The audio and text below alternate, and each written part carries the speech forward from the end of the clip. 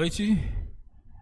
Estamos iniciando a lição 3 do volume 2 do livro Fundamentos da Fé Cristã. Nessa noite nós gostaríamos de iniciar com uma breve oração. Senhor Jesus, nós te damos graças por poder estudar a tua palavra, poder estudar esse trecho do capítulo 15 de Lucas, onde revela a tua trindade divina. Em particular, nós te agradecemos pela parábola da mulher diligente. Pedimos que o Senhor fale conosco no decorrer dessa lição, para que possamos conhecer mais o teu coração, conhecer mais a tua pessoa e estar mais próximo de ti. No nome do Senhor Jesus. Amém.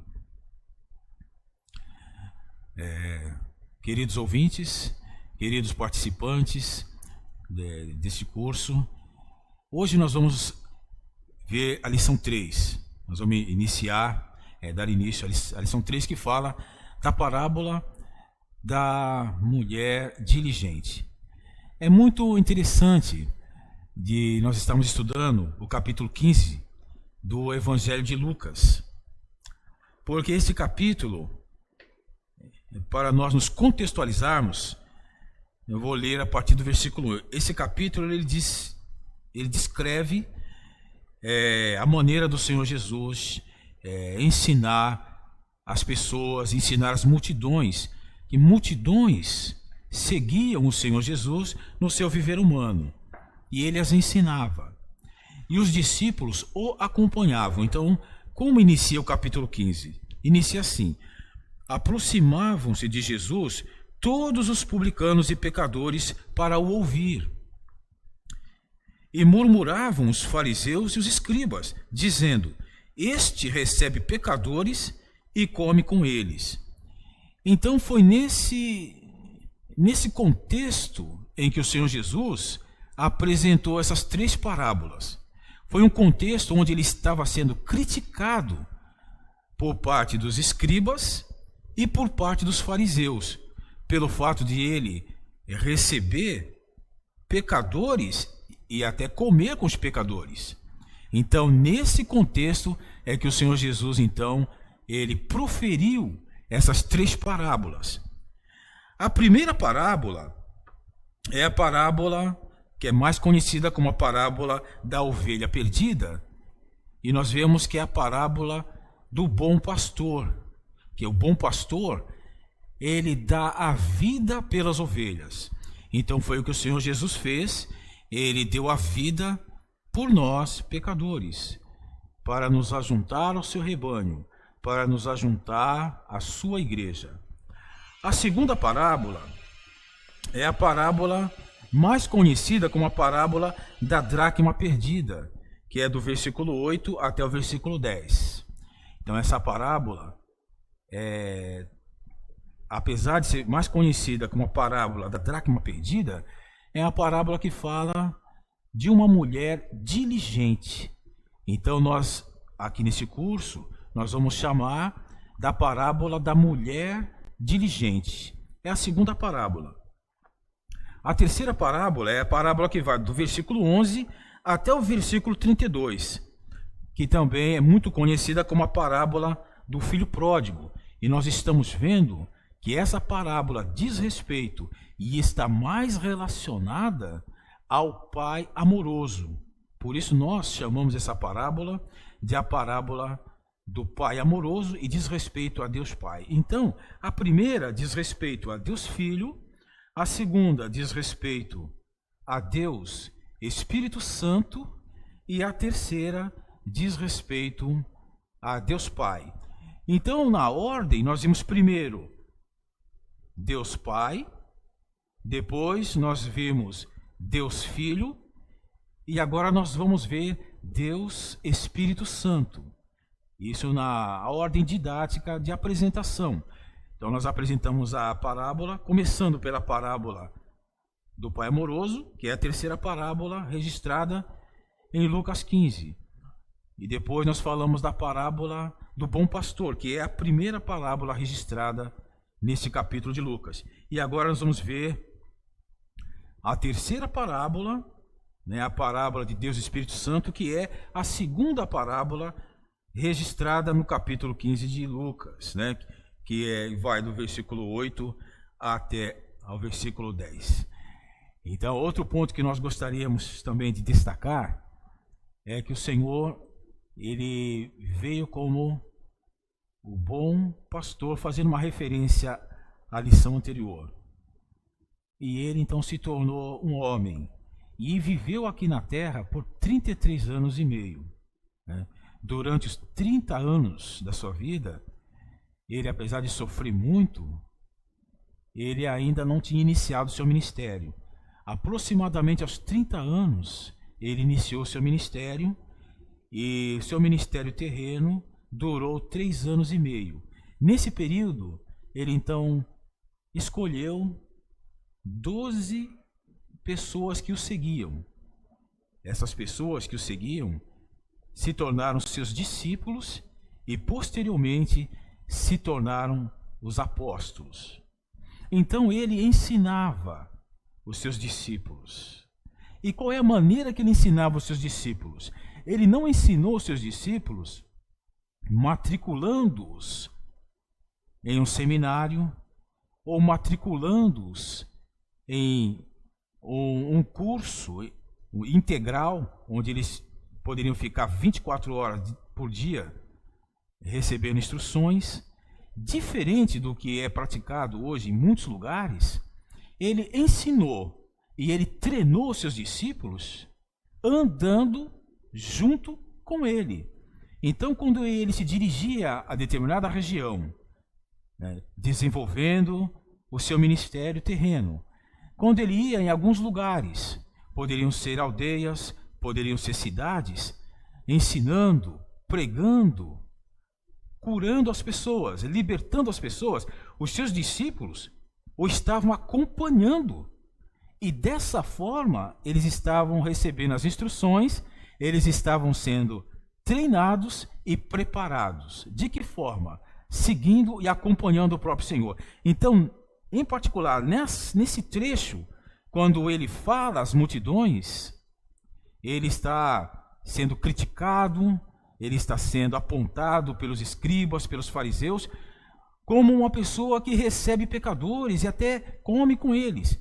Então ele está sendo criticado, ele está sendo censurado. Então, nesse episódio, os discípulos estavam junto com eles, observando a situação. Ele ensinando as multidões e uma classe das multidões, uma categoria, um segmento das multidões eram os escribas e os fariseus. E esse segmento estava criticando. Aí então, nesse contexto, então, ele proferiu essas parábolas, e hoje nós podemos ver, nós podemos receber e estudar essas parábolas e ver a importância delas, né? Porque essas parábolas estão falando do próprio Deus, fala do Deus Pai, fala do Deus Filho e fala do Deus Espírito Santo, porque essas parábolas, através delas, nós vamos conhecer o próprio Deus, que é um Deus único, porém no aspecto de três. É o Deus triuno, que é a palavra que nós utilizamos para se referir ao nosso Deus, que é único e possui o aspecto de três. Então hoje nós vamos começar a ver a lição 3, que fala sobre a parábola da mulher diligente, né? Gostaríamos que todos que estão nos assistindo ficassem muito à vontade para fazer as anotações no seu caderno, ter também a Bíblia do lado e o livro para acompanhar a leitura. Como das vezes anteriores, nós vamos ler o texto e fazer algumas inserções, algumas explicações no decorrer da leitura, e que Deus o abençoe muito ao fazer esse curso e ao receber a lição de hoje. Na página 28. Com essa lição, concluímos as 3 lições a respeito da Trindade Divina deste volume. Nas 2 lições anteriores falamos sobre Deus Pai e Deus Filho, respectivamente. Nesta lição falaremos sobre Deus Espírito Santo. Para essas 3 lições estamos usando as parábolas ditas pelo Senhor Jesus em Lucas 15. Nesta lição veremos a parábola da mulher diligente que procurou a moeda perdida. Lucas 15:8 diz: ou qual é a mulher que, tendo 10 dracmas, se perder uma, não acende a candeia, varre a casa e a procura diligentemente até encontrá-la? Então é importante fazer uma observação. Uma dracma é uma moeda da antiguidade, na época em que se passou esse episódio no viver do Senhor Jesus e no decorrer do seu ministério terreno. É uma moeda grega, uma moeda de prata, né? E a dracma corresponde a um denário, né? E um denário é uma moeda romana, também de prata. E um denário corresponde ao salário de um dia. A dracma é uma moeda grega de prata e o denário é uma moeda romana, também de prata. Então o que acontece? Ela tinha 10 dracmas, ela tinha 10 moedas de prata e ela perdeu uma moeda. Então ela foi procurar diligentemente essa moeda, e essa parábola é tão rica, especial, tão preciosa. Vamos continuar lendo e assim permitir que o Senhor fale conosco através dessa lição. Visto que a parábola do pai amoroso se refere a Deus Pai e a do bom pastor diz respeito a Deus Filho, a parábola da mulher diligente fala sobre Deus Espírito. Essa é a obra do Espírito em busca do pecador, a fim de convencê-lo do pecado, da justiça e do juízo. Quando estava para partir, o Senhor Jesus disse aos discípulos que não se entristecessem, pois se ele não fosse, o Consolador, ou seja, o Espírito, não viria. E depois ele afirma: quando ele vier, convencerá o mundo do pecado, da justiça e do juízo. Do pecado, porque não creem em mim. Da justiça, porque vou para o Pai, e não me vereis mais. Do juízo, porque o príncipe deste mundo já está julgado. Para que creiamos no Senhor Jesus e sejamos salvos, precisamos ser iluminados interiormente, ver nossa condição, arrepender-nos e crer no Senhor Jesus. Isso não ocorre ao acaso nem é fruto de convencimento humano, mas é resultado do trabalhar do Espírito em nós. Mesmo antes de sermos salvos, o Espírito já começa a trabalhar em nós, amolecendo nosso coração e tocando nossa consciência acerca de nossa condição perdida.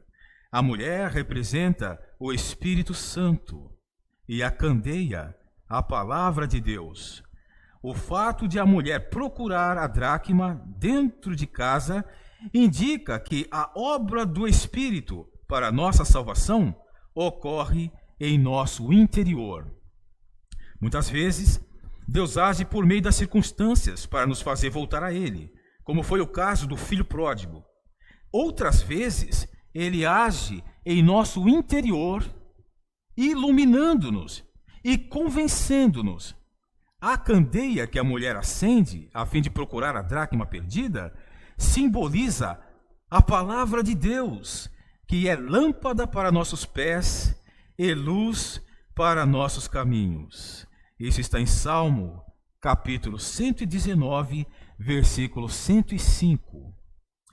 Quando ouvimos a pregação do Evangelho, o Espírito nos ilumina interiormente, por meio da palavra, e nos mostra a nossa verdadeira situação. Não são as palavras eloquentes de uma pregação que convence o homem, e sim o agir do Espírito em seu interior. Quando isso acontece, não há argumentos nem desculpas. O homem é tocado, vê sua situação, arrepende-se e se volta ao Senhor para ser salvo. Então, o trabalho do Espírito Santo, a obra do Espírito Santo, ela tem início em nosso interior, através da palavra de Deus que nos ilumina. E dessa forma o Espírito nos convence da nossa situação que nós precisamos nos voltar ao Senhor, nos arrepender e crer no Senhor Jesus. Então essa é a obra do Espírito e está aqui representado por esta parábola, a parábola da mulher diligente. Vamos prosseguir.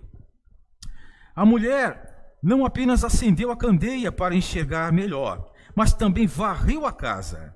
Isso indica a sua diligência e dedicação e simboliza quão meticuloso é o Espírito Santo em sua obra para nos encontrar e conduzir de volta ao Pai.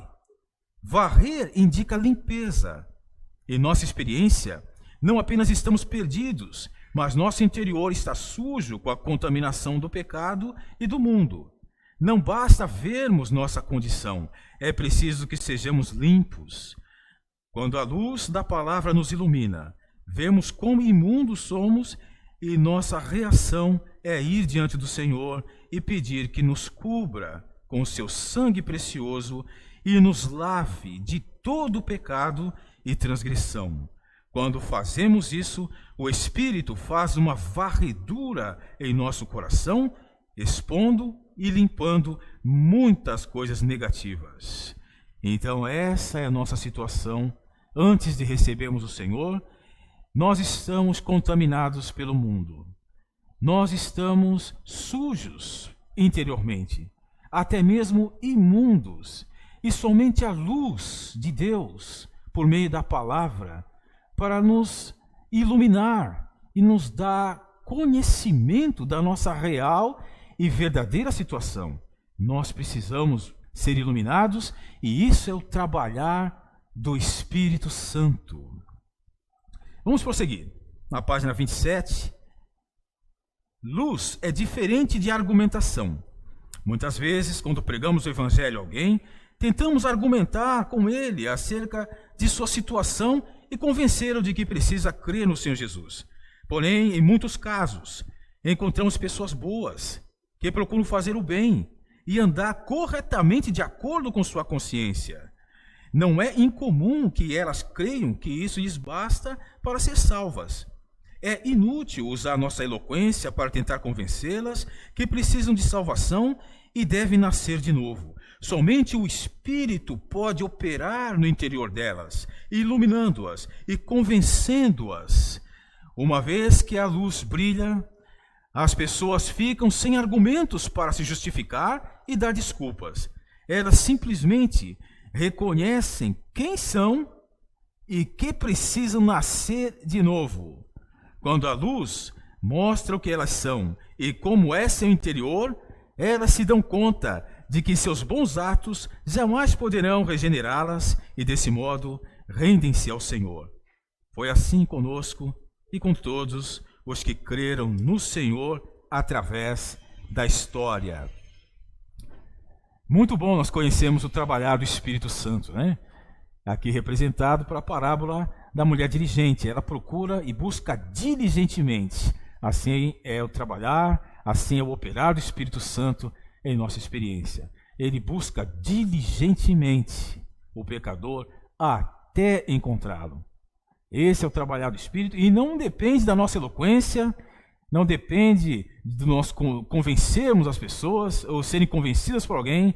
Somente o Espírito poderá convencer as pessoas de que elas precisam se arrepender e precisam voltar-se ao Senhor Jesus.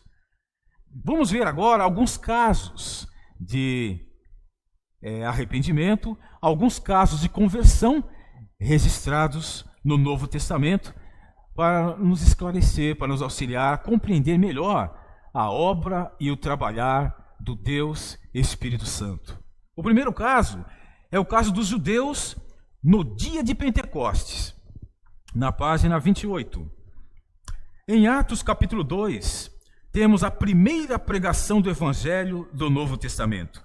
Depois de terem orado por 10 dias, desde a ascensão do Senhor Jesus, 120 dos discípulos, incluindo as mulheres, estavam reunidos e ficaram cheios do Espírito Santo, passando a falar em outras línguas, segundo o Espírito lhes concedia que falassem.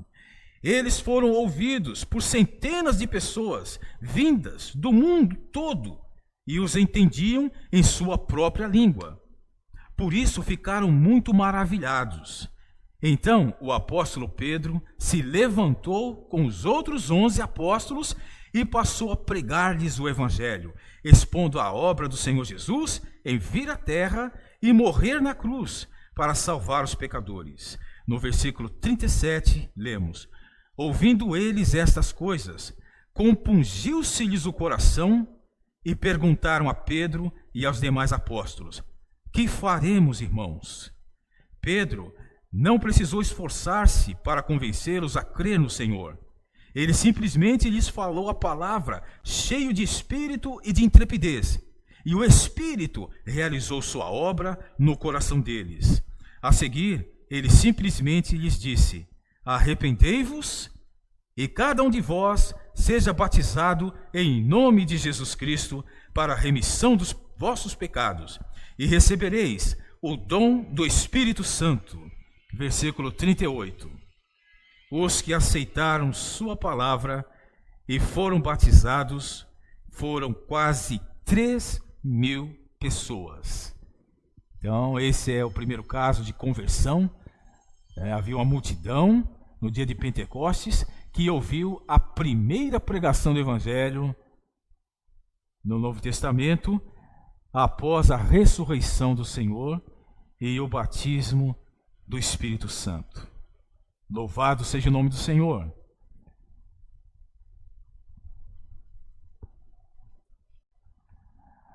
Vamos dar prosseguimento então. Nós estamos vendo as parábolas do Evangelho de Lucas, capítulo 15.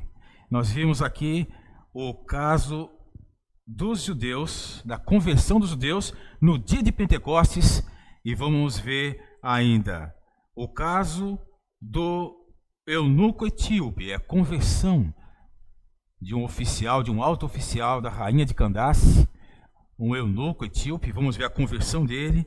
É mais um caso do trabalho do Deus Espírito Santo. E vamos ver também o caso do centurião Cornélio, família e amigos. É um outro caso de conversão pelo trabalhar do Deus Espírito Santo. E por último, nós vamos ver o júbilo no céu pelos pecadores que se arrependem. Então, na página 28, na segunda coluna da página, nós vamos ver então, vocês poderão estar acompanhando na leitura do livro junto comigo. Isso vai ajudar bastante. Em Atos 8 temos outro exemplo. Havia um servo da rainha Candace da Etiópia, que estava lendo as Escrituras, porém não entendia o que lia. Um dos discípulos, chamado Filipe, se aproximou dele e lhe perguntou se ele compreendia o que lia. E o servo disse que não e lhe pediu que explicasse a passagem que lia. Então Filipe explicou, e começando por essa passagem da Escritura, anunciou-lhe a Jesus. À medida que seguiam viagem, chegaram a um lugar em que havia água, e o servo da rainha disse: eis aqui água, que impede que seja eu batizado?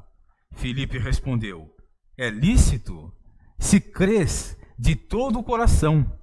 E respondendo ele disse: creio que Jesus Cristo é o Filho de Deus.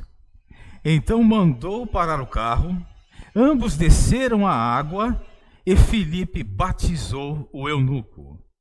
Versículos 36 ao 38.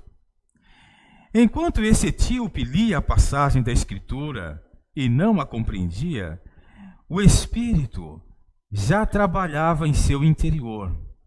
Quando Filipe lhe pregou sobre Jesus, foi como se o Espírito acendesse a luz no coração desse servo, varresse o chão e encontrasse a moeda perdida.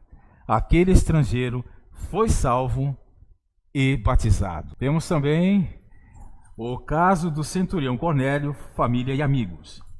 Na página 29. Em Atos 10, Temos outro exemplo que pode esclarecer ainda mais como o Espírito age nas pessoas para conduzi-las à salvação. Havia um centurião romano chamado Cornélio, que havia se convertido ao judaísmo. Ele era temente a Deus, orava e dava esmolas, porém não fora regenerado, pois não conhecia o Senhor Jesus. Um dia, enquanto orava, teve uma visão em que Deus se aproximou dele e lhe disse que suas orações e esmolas haviam subido diante de Deus e ele deveria mandar chamar o apóstolo Pedro, que estava numa cidade vizinha. O oficial romano fez isso. Por outro lado, o Espírito também preparou o apóstolo Pedro para ir até Cornélio e apresentar-lhe as boas novas. Em Atos, capítulo 10, versículos 9 a 16, o Senhor deu a ele uma visão. Por 3 vezes ele viu um objeto como se fosse um grande lençol que baixava à terra, contendo todo tipo de animal que os judeus consideravam imundos, e uma voz lhe dizia que deveria matá-los e comê-los. Pedro recusou, pois como praticante do judaísmo, ele nunca havia comido coisa comum ou imunda. Os animais representam as pessoas, e comer deles significa relacionar-se com elas. Para os judeus, os gentios eram considerados comuns e imundos, uma vez que a nação de Israel era santa e não poderia misturar-se com eles. Mas, como na cruz, Cristo criou um novo homem, em que não há judeu nem gentio, o Senhor estava indicando que ele deveria relacionar-se com os gentios para pregar-lhes o Evangelho. Assim que Pedro teve a visão, os enviados de Cornélio chegaram aonde ele estava, e o Espírito lhe disse: estão aí 2 homens que te procuram. Levanta-te, pois, desce e vai com eles, nada duvidando, porque eu os enviei. E descendo Pedro para junto dos homens, disse: aqui me tendes, sou eu a quem buscais? A que viestes? Então disseram: o centurião Cornélio, homem reto e temente a Deus, e tendo bom testemunho de toda a nação judaica, foi instruído por um santo anjo para chamar-te à sua casa e ouvir as tuas palavras. Versículos do 19 ao 22. Pedro foi com eles, chegou à casa de Cornélio, e ali estava o centurião, sua família e amigos que ele reunira para ouvir o que o apóstolo tinha a dizer. Pedro lhes pregou o evangelho, eles creram no Senhor e foram batizados. Desse modo, a porta do evangelho se abriu para os gentios. Novamente o Espírito operou, acendendo a candeia tanto para Cornélio como para Pedro, e varreu a casa para que os gentios fossem salvos. Para Pedro, o Espírito mostrou que no Novo Testamento não há distinção entre judeus e gentios no que se refere ao Evangelho e à salvação. Para Cornélio, o Espírito mostrou que ele e os seus precisavam da palavra da salvação que os apóstolos tinham. Ainda hoje o Espírito Santo trabalha nas pessoas, tocando-lhes o coração quando ouvem a palavra do Evangelho. Desse modo, elas podem ser iluminadas, ver sua real condição e perceber que precisam da salvação que há em Cristo. Assim, elas se arrependem e creem no Senhor Jesus. Que bênção que essa palavra chegou até nós e demos ouvidos a ela. Muito bom.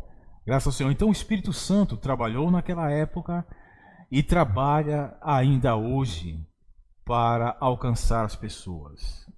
Esse operar do Espírito Santo é tão importante para nós conhecermos a obra do Deus Espírito Santo, porque, como vimos no início e no decorrer da lição, não é uma questão de eloquência, não é uma questão de convencimento, é uma questão do Espírito iluminar o interior das pessoas. Então, por isso que fala que a mulher, acendendo uma candeia, procura diligentemente, a moeda. Então, Nós estamos vendo que o operar e o trabalhar do Espírito Santo é tão real em nossa experiência. Nós vamos continuar. A salvação, o Evangelho também é uma questão de alegria e de júbilo. Vamos ver na página 31. Voltando para a parábola da mulher diligente em Lucas 15, lemos: tendo-a achado, reúne as amigas e vizinhas, dizendo: alegrai-vos comigo, porque achei a dracma que eu tinha perdido. Versículo 9. Novamente aqui vemos a alegria da salvação, o operar do Espírito nas pessoas, conduzindo-as a ver sua situação e se arrepender para crer no Senhor, sempre resulta em alegria. Por um lado, os pecadores ficam tristes em ver quem de fato são. Por outro, um gozo imenso enche seu coração. E não apenas o coração dos que são salvos, mas também de Deus e dos anjos do céu. Por isso o Senhor conclui a parábola dizendo: eu vos afirmo que de igual modo há júbilo diante dos anjos de Deus por um pecador que se arrepende. Versículo 10. Então, com isso, nós encerramos a aula de hoje. Nós queremos incentivar cada um de vocês a, durante a semana, a ler a lição, a conferir os versículos da Bíblia, a responder as perguntas, em especial os que estão participando do curso, encaminhar as perguntas respondidas através de e-mail, participar da sala de comunhão, para constar, para confirmar a sua presença, e isso vai ajudar muito, E esse curso que você está fazendo, que você está participando, nós desejamos que contribua muito para o seu crescimento, aprendizagem e desenvolvimento espiritual.